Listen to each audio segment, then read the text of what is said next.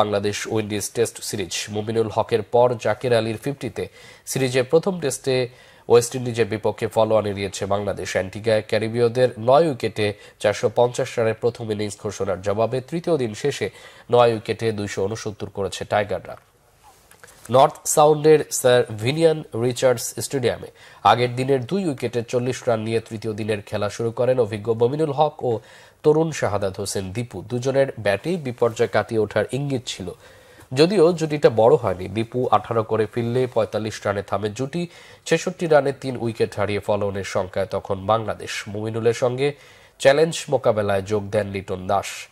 মুমিনুল টেস্টে তার 21তম half century করে 50 রানে ফিরলে 62 রানে ভাঙে গুরুত্বপূর্ণ এই জুটি। প্রথম শ্রেণীর ক্রিকেটে 10,000 রান ক্লাবে ঢুকেছেন মুমিনুল। ইনিংস বড় করতে পারেননি লিটনও। ফেরেন 40 করে। নিয়মিত অধিনায়ক নাজমুল হোসেন শান্তর ইনজুরিতে নেতৃত্বের দায়িত্ব পাওয়া মেহেদী মিরাজও হতাশ করেন 23 রানে আউট হয়ে। তবে সপ্তম উইকেটে জাকির আলী ও তাইজুল ইসলাম 68 রানের জুটি গড়ে ফলোঅন থেকে দলকে বাঁচান। তাইজুল 25 করে আউট হওয়ার পর জাকির টেস্টে তার দ্বিতীয় 50 নিয়ে 53 রানে ফেরেন। শেষ উইকেটে তাসকিন আহমেদ ও শরীফুল ইসলাম 12 রানের জুটিতে অবিচ্ছিন্ন আছেন। স্বাগতিক বোলিংয়ে পেসার আলজারি জোসেফ 69 রানে 3 উইকেট নিয়ে সেরা সাফল্য পান।